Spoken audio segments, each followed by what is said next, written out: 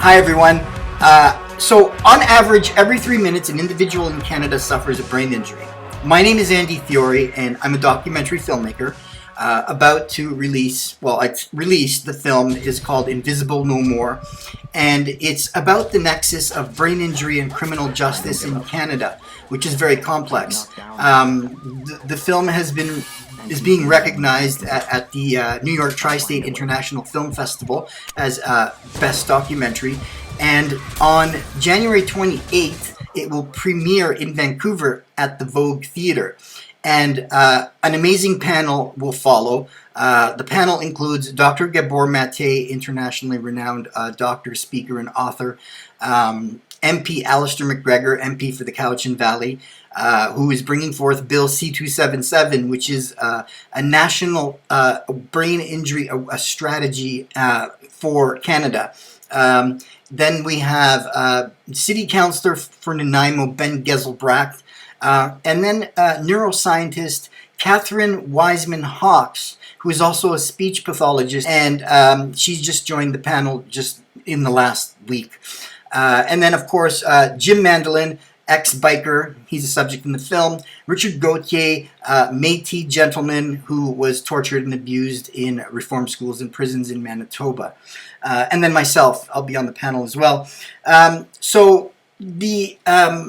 very excited to now introduce to you a very important and special person. He's actually a Canadian rock star. He is magnanimous, he's down to earth, and I'm so grateful that he decided to join us. Trevor Hurst from Econoline Crush. Hi, Trevor. How are you? Hi, Andy. Oh, you're too kind in your intro. No, but it's true. Yeah. It's true. I've been following you for so long on Facebook, and I see how you interact with your fans and how you're so generous, and you hang around with them. You sign all these autographs, and then you posted pictures with all of them. You're amazing. Who does that? I don't know. It's weird because I feel like they're doing me a favor. It's almost like, when you charge a battery. Every time I get to meet somebody and they talk about, hey, this is what your song did. This is what I like about your show or whatever. It charges my batteries. They're doing me a favor because sometimes you don't know. You don't know if it's reaching people, or you don't know how your music or your art has impacted people. So I love to hear those stories. And so they do me a favor by sharing it with me. What a great attitude. That's amazing.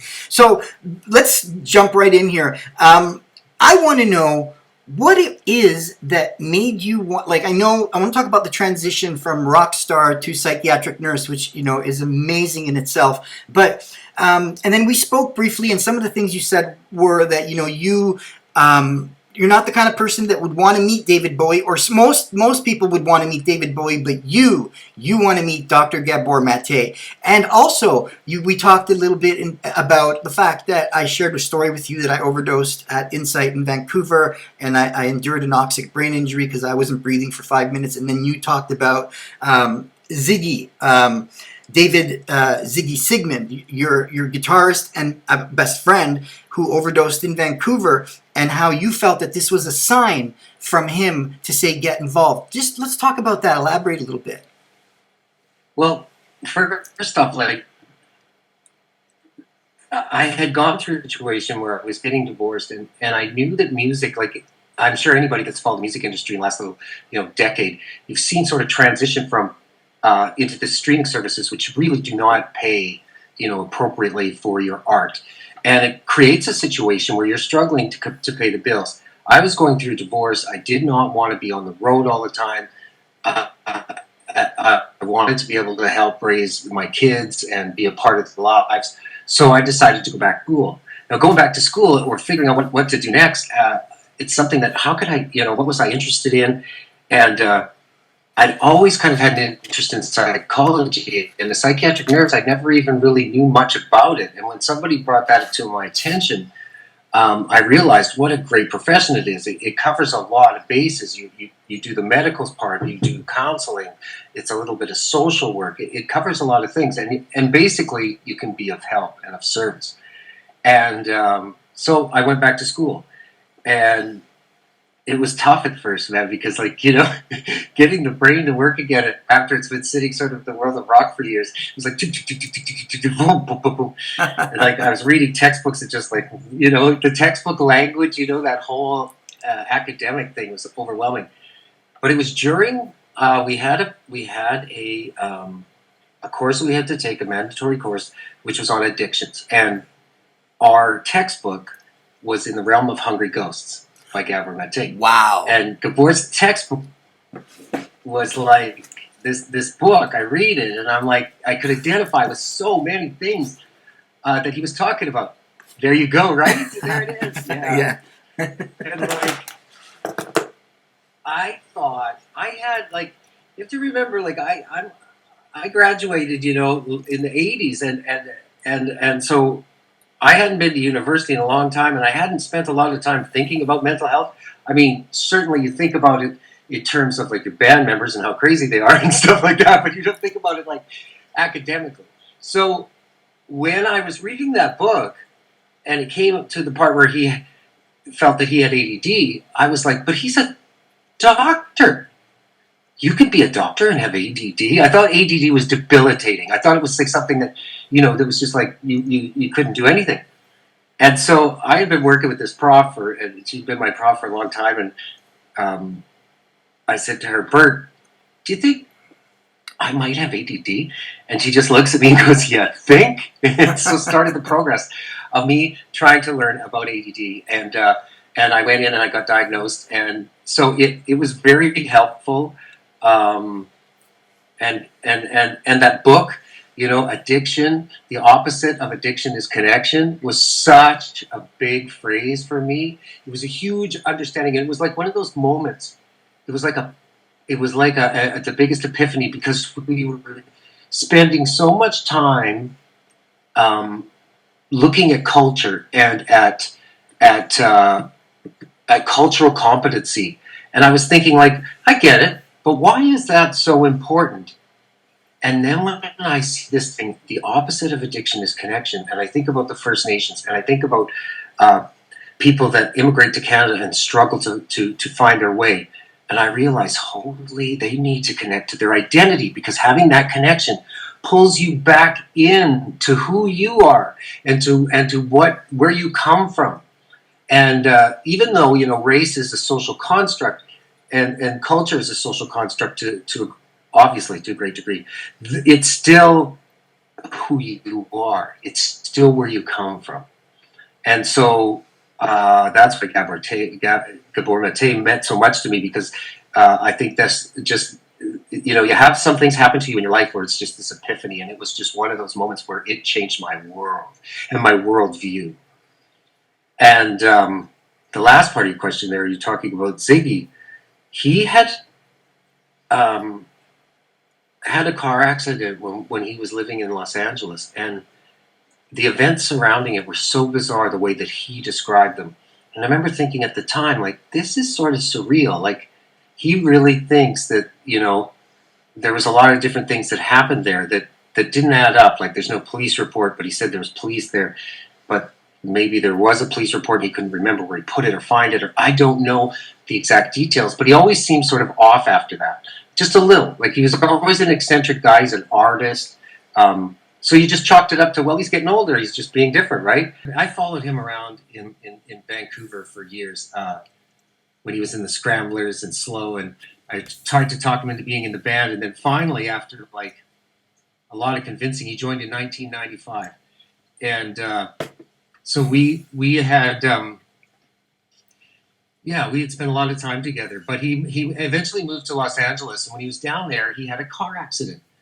And after that, like, all the things that surrounded the car accident, I could never get, like, it was weird. You know how some people will tell you a story and you just kind of like, that seems a bit odd. But you go with it because, like, you know, he was always an eccentric cat. He always, like I remember going to his house the first time, and he opened his kitchen cupboard, and it was just Post-it notes, like layers of Post-it notes of all these ideas that he wanted to, like, do. Right? And I'd be like, say, what is this? And he's like, never mind. it's like the Genius Cabinet or something, you know. And it would just be I loved everything about his eccentricities. I loved it, loved it, loved it. So I never questioned anything when he went through phases, you know, when he started carrying about 50 bags with him all the time and doing all these things. But now looking back on it, I think that like that car accident thing, because he had times when he couldn't control impulse control, he would just rage. He would just lose it. And it wasn't him. And then afterwards, it'd be so much remorse. And I'd be like, oh my gosh, sake, like, it's okay, man. And it went on for years like that. And then a lot of bad circumstances kind of happened in a row around Christmas time and going into the new year. And he was experimenting or using a lot of drugs to kind of, I think, ease the pain. And we found him. It was wild because I got a phone call a half an hour before I'd driven down. You know what? It's weird how you know things intuitively. My team was trying to get me to fly to Glendale to listen to the final mixes of When the Devil Drives, our latest record. And intuitively, I was feeling like I didn't want to be on an airplane. I wanted to drive. And everybody goes, that's insane. From Manitoba to Glendale? And I was like, no, I want to drive. I want to see the scenes. I need the time. What do you need the time for? We don't have time, you know? And I was like, well, I'm just doing it. And I just needed to do it. Anyway, so when I got there, we were in the hotel 15 minutes before I was supposed to go to the lobby to drive over and listen to the mixes. I got a phone call, and they told me that he was dead in an RV in the downtown east side. And it was a lot. But I really think that it was that accident that contributed to that, because he just was never able to see positive things again, it seemed. I think he really felt like there was no going forward, if that makes any sense. Yeah. I'm really sorry that for the passing of, you know, your guitarist and best friend. Sounds horrible. Sounds like he endured brain injury, for sure. Probably frontal lobe damage. Because, you know, aggression and the inability to make proper decisions, is one of the symptoms of brain injury, right? A lot of people who have brain injury also get into doing crimes for some reason too, which I want to talk to Matt Day about. Like Derek in the film, right after he had the car accident, boom, he went and committed a crime. He stole a cash. He grabbed the cash register, smashed it. He didn't steal it, but he just was enraged. Like something triggered that, you know? And so that's why it's important to get this out of the dark. I mean, it's not, if you're brain injured, it doesn't mean you're dumb. It just means you process information in a different way. And depending on which region of the brain is affected, that will determine how you behave. So, you know what's interesting though, like when we talk about the frontal lobe or certain damages to certain parts of the brain, and how, really we have no, like, do you remember when Obama started his presidency? I think it was his first term. They mapped the brain. Do you remember that? That was a big project of his. Yes, that's right. And it's like, I think, like, if you think about that, that wasn't that long ago, and that's really science, brain, understanding of brain and how human brains and how it works.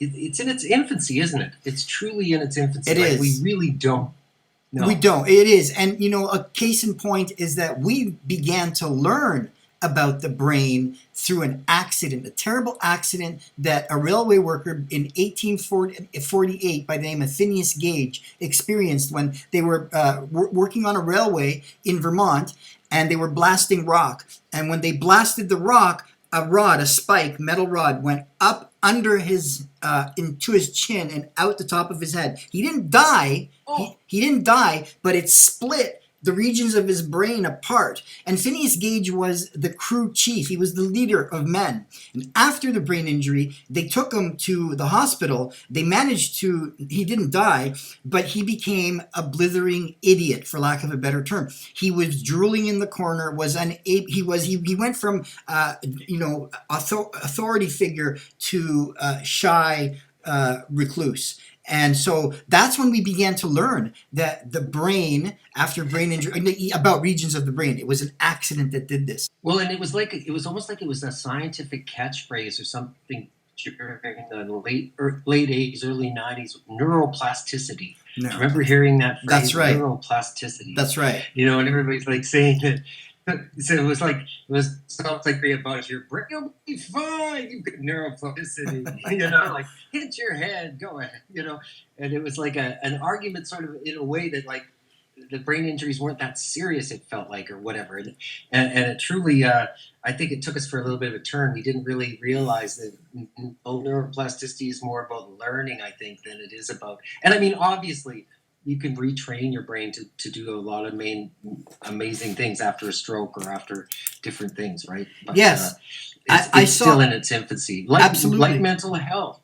Yes, yes. And one of the points I want to make now that you just brought forth, plasticity, neuroplasticity, is the ability to regenerate brain cells, which they believed we couldn't do, and we can. And there's a really interesting TED Talk by Dr. John Pelly. Dr. John Pelly talks about how to engage your brain for healing. And it's like bodybuilding for the brain. And what you need to do is you need to, like when you're in school and you're passionate about a subject, you absorb everything, right? And so it's the same thing with your your brain. If you like, you're a rock star and you love music, and when you engage with music and you write songs, you're actually exercising your brain at the maximum capacity. Now, if you decide to work with indigenous artists, which is one of the things you want to do, you're now taking and you're passionate about that because you're a psychiatric nurse, you're taking your interests and you're exercising them at the ultimate capacity, and you're actually growing dendrites, and your brain is expanding. It's not going to blow up. Your head's not going to blow up. It's not going to get bigger, but your brain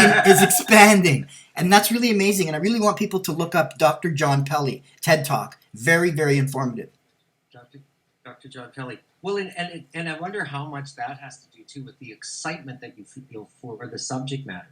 Like if it was like, say, for me, math, I'd be like, nothing's getting worked out no matter how long I look at it. But if I'm excited about a subject, if I'm very interested, if it piques my interest, and you'll remember things about it. Like it's interesting how you'll go through a crowd, and especially with ADD, you're so nervous about presentation and reading body language. So many things are flooding your mind all at once. You often forget name. But if there's something that happens to be of interest, and it's not that everybody isn't interesting, but if there's something that's just like so compelling about somebody's name, something that makes you go, what? And kind of really pushes you to that next level, you'll never forget the name. It's the strangest thing. Like that's what's puzzling to me about like my ADD experience, Yeah, yeah. So I want to switch gears quickly now because we got to move on a bit. So with the film Invisible No More, I know you watched it. Mattei said after he watched it, he said, beautifully filmed, dramatic stories, and important. And yesterday I just found out that he actually did work within the brain injury community years ago. What was your impression of the film, and like what was your gut reaction? Like what was it that spoke to you about the film?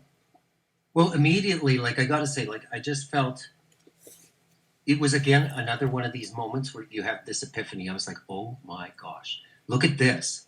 So the amount of people incarcerated with brain injuries makes so much sense to me, because you think to yourself, okay, I have a lot of clients in my care that end up, going to prison for various reasons. I talk to them about that because I'm curious, and they tell me it's horrific. They hate it. They never want to go back there again. Yet, here you find people repeatedly going back, and I go, well, what the heck? Like, what's going on? But brain injury would explain that. Brain injury explains a lot of that stuff, that a lot of the questions that I had, because again, you're going with that frontal lobe impulse control. You're going with the whatever is happening. All of a sudden, there's this urge to do something, and boom, you do it without the thinking it through to, oh, this is going to lead me to prison. They always think that like the whole justice system is just so messed up in how that it works, because you're just basically putting people in a holding pattern. You're not helping. You're not doing anything good. It's just torturing individuals that really need help. You're right. Dr. Mattei says that what we're doing is we're punishing people for having been abused. Absolutely. It's not a correctional system, it's a system of punishment. I think it's not to serve the the individual or greater society. It's retribution for those that feel like they've been hurt. And if we look at like how society should function, like teaching a child, we've got this thing. I don't know when it came in, but let's not spank our kids. And everybody was like, "Come on, I got spanked, and all I learned was respect for others." What happened was, and that's who was getting satisfied in that situation, was their need for retribution. It didn't teach the kid anything except that violence may be a means to an end. And so, I feel like the justice system is just mirroring that. It's just society striking a blow on these individuals and not understanding the greater good, which the greater good would these people, as shown by your documentary, when given an opportunity, contribute greatly to society and can make great change to society and bring joy to people's lives. So to me, that was one of the biggest things. Was I felt like, and I think in our phone conversation the other day, that I said, you are going to be the Gabor Mate, or the Gabor Mate. Keep saying his first name wrong, I think, but the Gabor Mate of brain injury, the way he is to addiction, and to because this is so important. And I think what you're doing is going to be. I just have this feeling for years and years and years to come, you will be discussing the subject matter because it is that important, and it's going to change the way we look at the justice system. I've already received invitations to take this film into federal prisons in Canada. We're going to screen the film in a penitentiary, 2 of them, and after the concerns they had was it might be triggering for the inmates. And so what we need to do is, after the screening, we need to have a discussion with the inmates, to talk to talk about it, get ideas flowing, and see what they think. And so that's what we're going to do. I'm doing it through Link Society and West Coast Prison Justice Society. We're going to go into prisons. I'm really excited about that because I think this is going to be it's going to be transformative. It's going to change the criminal justice system. What's going to happen is judges, lawyers, correctional staff, everybody around the correctional system will have to be retrained. And then there'll have to be diagnostics within prisons. And there will have to be psychiatrists and counselors within prisons.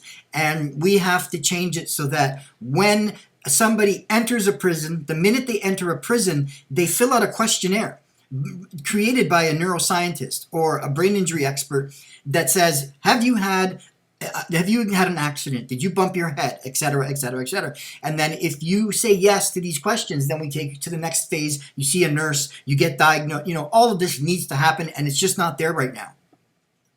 And what I find interesting is, you would get, there's certain political parties that would give you pushback, and then they would say, well, this is too costly, these guys aren't worth the effort, and all of these things. And what I find really interesting is that in my experience dealing with those types of individuals, they don't even have to like people.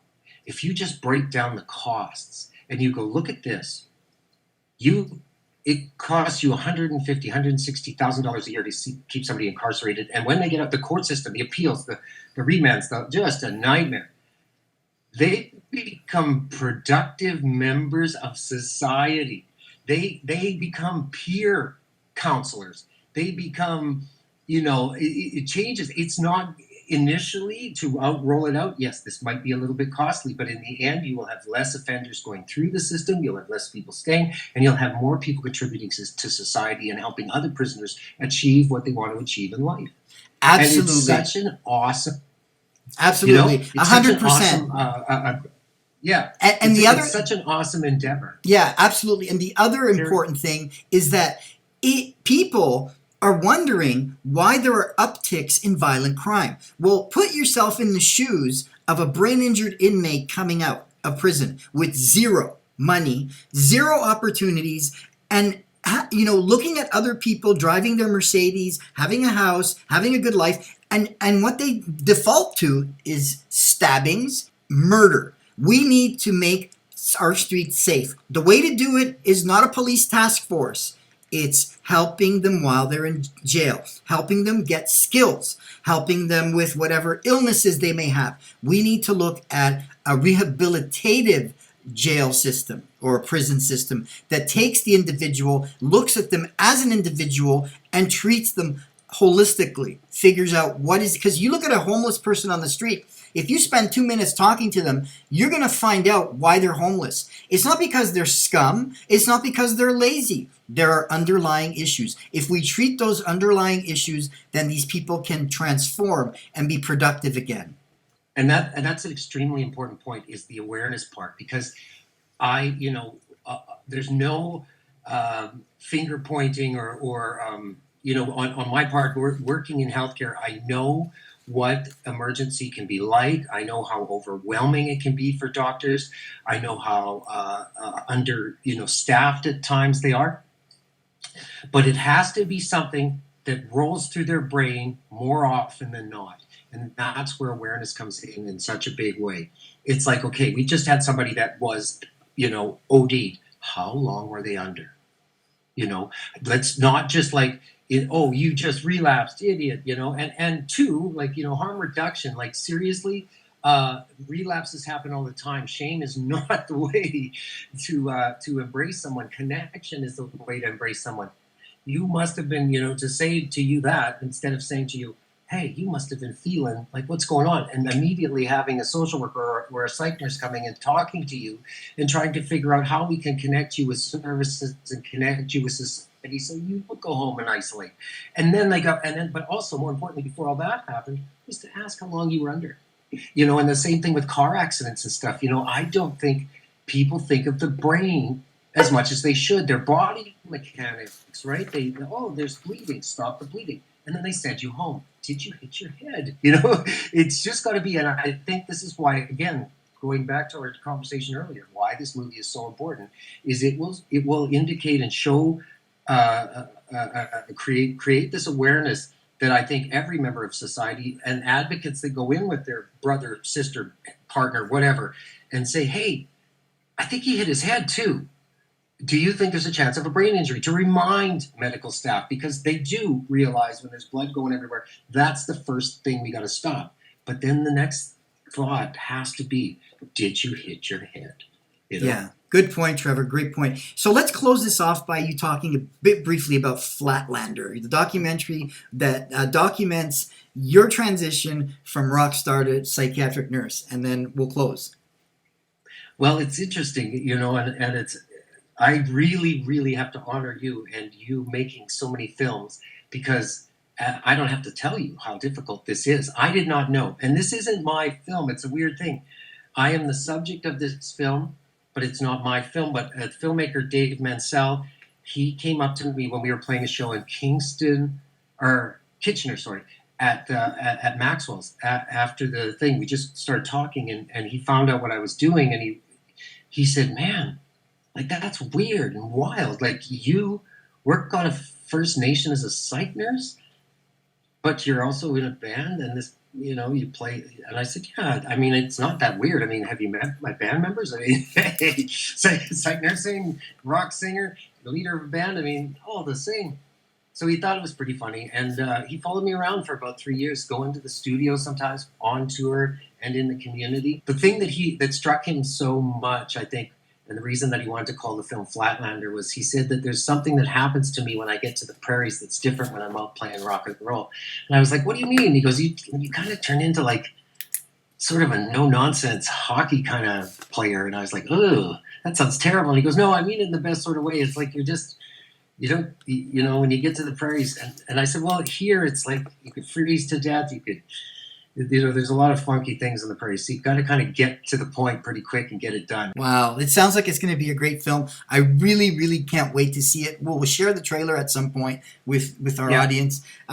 So I want to thank you, Trevor, for this interview. I'm very grateful. This is going to be great. I'm also grateful that you're going to perform, I think, a 45-minute set at the Vogue Theater on January 28th. Yeah. I'm so excited because I'm also going to get to film you guys. I can't wait. It's going to be great. And then we're going to talk about your co-hosting and mediating the panel and all that stuff, which we're going to flesh out all the details of the program. And so I want to tell everybody that they need to come out January 28th, the Vogue Theater, Vancouver. Doors open at 1 p.m. You can check out the trailer at invisiblenomore.ca. And there's a promo code for Indigenous people for people, survivors of brain injury, and for people living with a mental illness. And, I want to fill every seat in the House. And I want to have the criminal code be amended so that people with a brain injury can go to court and not be incarcerated, but be diagnosed and helped. And all this needs, it's not just a film, it's going to be a movement. That's what's going to happen. I invited every politician in Canada. It's going to be a red carpet event. And so you're going to be the rock star. You're going to be the rock star that's going to walk along that red carpet, and then you're going to make this go viral. Trevor, thank you very much, and I can't wait. I am honored to be part of this movement, and I think it's rare that anybody gets an opportunity to be part of something at the beginning, and this is just the tiniest little beginning. And when this thing explodes, you're going to change the world, my friend, and I think that that's the greatest thing that anybody can ever do with their life, and I honor you for that, and I thank you for allowing me to be part of it. And I'll sing a few tunes and tell some stories at the end of this thing, so people come on out, and you'll get to learn a bit more about me and the songs and my life, but more importantly, you come and be there for people struggling with brain injury. Thanks, Trevor. That's awesome. I can't wait. Right on.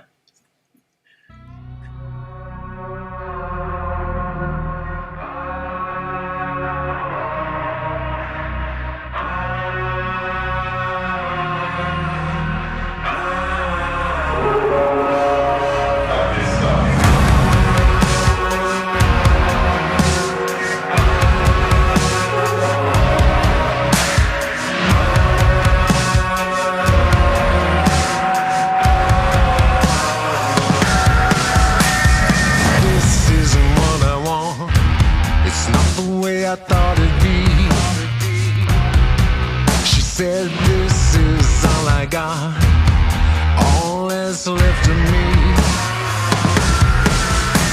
The years I struggled, all of the horror, what must you think of me?